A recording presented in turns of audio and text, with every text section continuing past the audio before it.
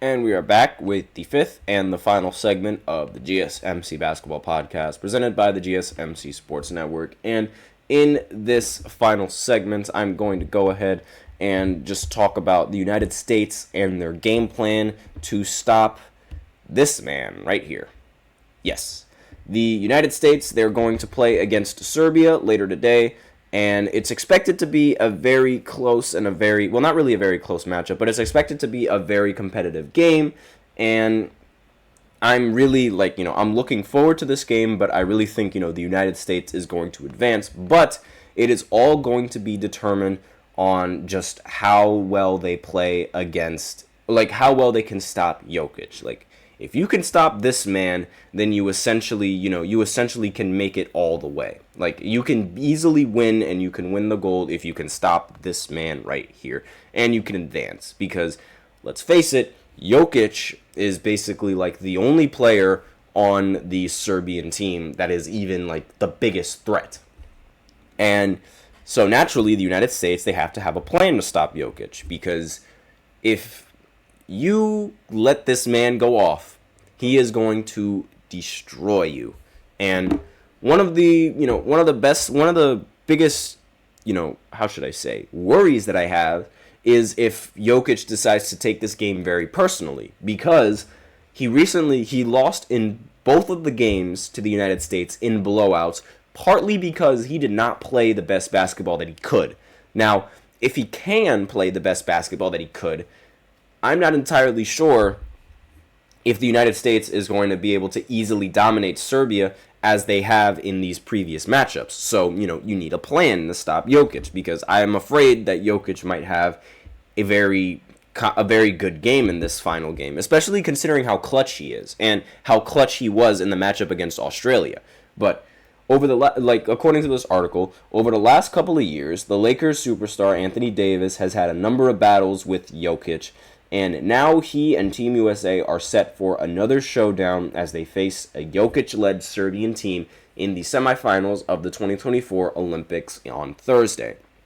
Now, it should also be noted that Joel Embiid is experiencing some kind of cramps in his leg. Oh no, what a surprise! A game against Jokic and he doesn't feel 100%? Oh no! But that's just the reason why I'm being that sarcastic is, for those of you guys that don't know, it seems that every single time Jokic and Joel Embiid play, it's only in Philadelphia.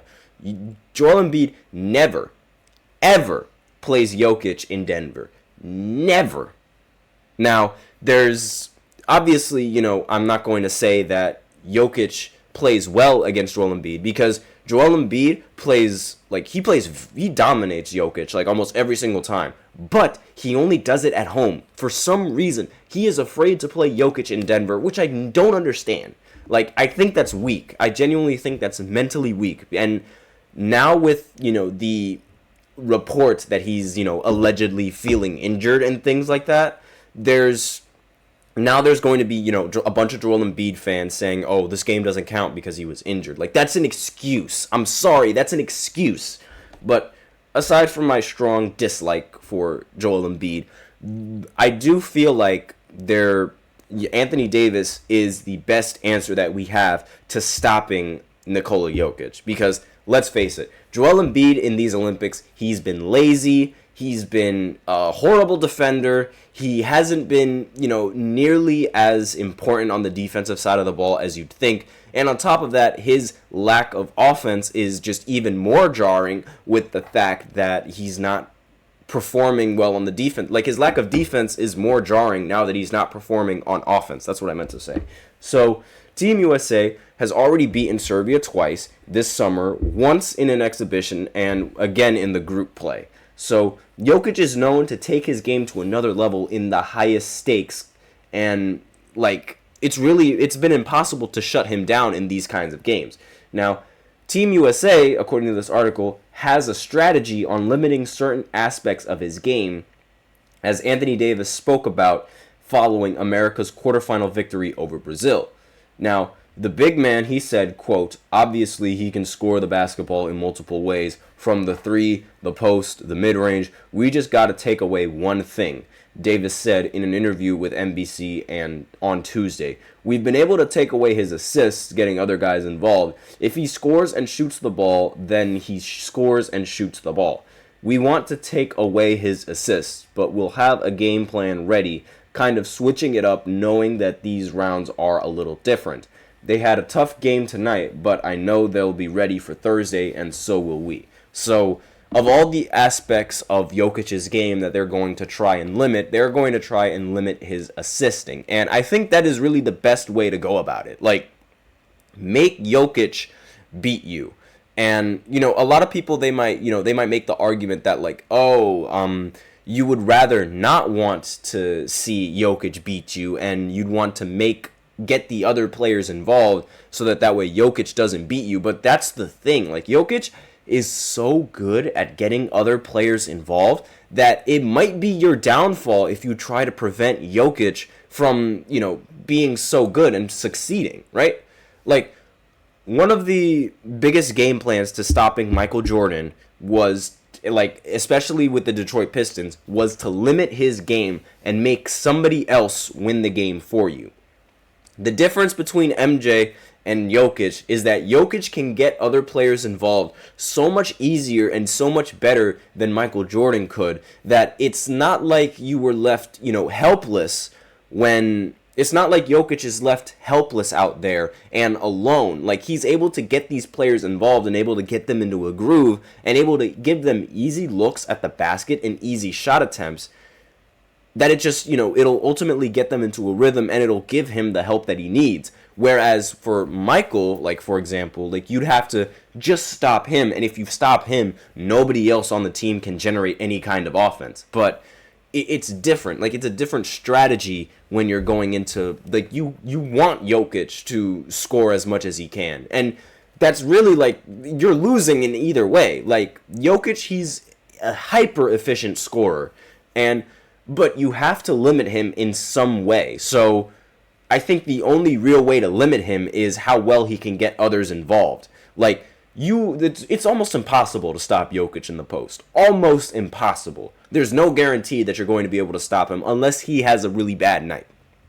And that rarely happens. So the only thing that you can really limit is how often he passes the ball and how often he gets players involved. Like, if you can take that away, then you have a better chance in stopping him. If you can't take either of those away, then you lost.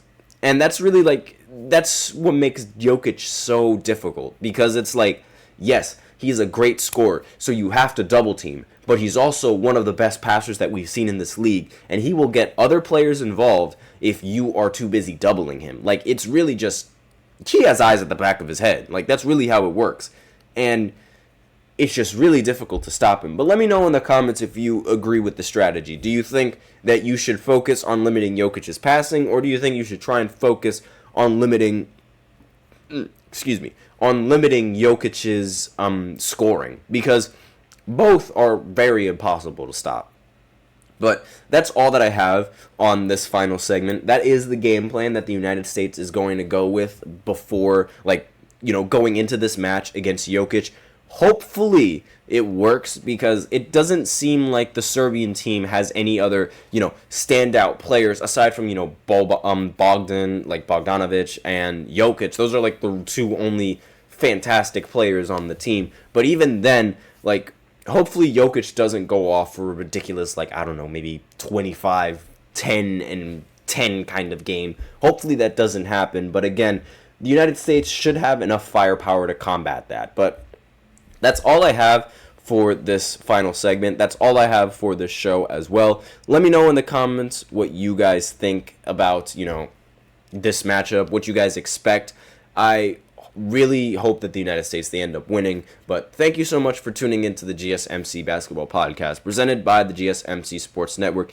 Your support means a lot to us, so remember to subscribe to the show, leave a positive review. It really does make a difference. We also invite you to follow us on Facebook, Twitter, TikTok, and Instagram for more content and updates.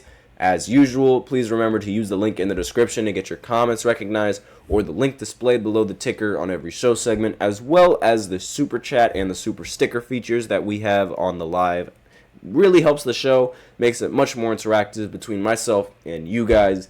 And that's all I have for you today on this segment. Thank you so much for tuning in. Congratulations to the French team for competing and for being able to get a shot at winning the gold medal. And tune into the United States game between Serbia, because I think that's going to be a competitive game. Thank you so much for tuning in. I am your host, Nelson, and as always, take care.